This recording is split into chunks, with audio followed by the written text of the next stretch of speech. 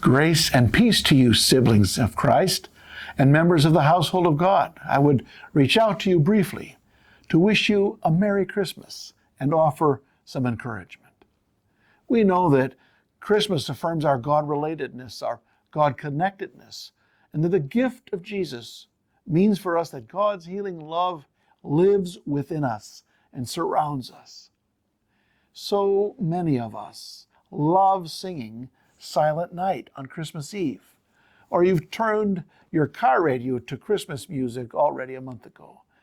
God's healing love of Christmas is spoken in that line from the carol, "All is calm, all is bright."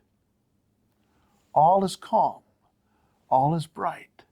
The German theologian Meister Eckhart once preached that God cultivates a calmness in us, an inner stillness, what he called a Gelassenheit, an inner stillness and calm that pervades the way we see the world. We know that the prophets of old lived and proclaimed good news to a shifting and complicated political climate, that the prophets faced increasing economic inequality and abuses of power.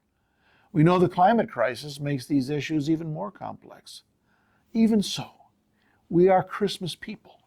We know the universe is on the side of justice, as Reverend Dr. King famously said. We have the author of creation drawing near to be with us. If Christmas is in us or among us, or calls to us, it calls us forward to an inner calm and an external world of peace. It is from this core Gelassenheit we call for peace and new well-being for Gaza and for the hostages.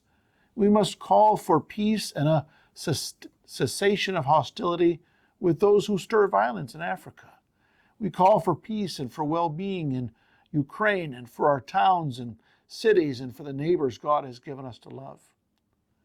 All the years I sang Silent Night in a sanctuary on Christmas Eve, I know our eyes were indeed pervaded by an ability to see that the one with the candle next to us was human and carried the dignity of God, no matter our differences. What would happen if an inner calm pervaded our seeing? Maybe our tables and churches and communities could know grace because you are in them, because world-changing disciples are sent to make Christ known.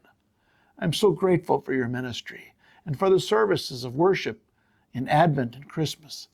Maybe there is someone you would invite for an experience of an inner calm that pervades our seeing.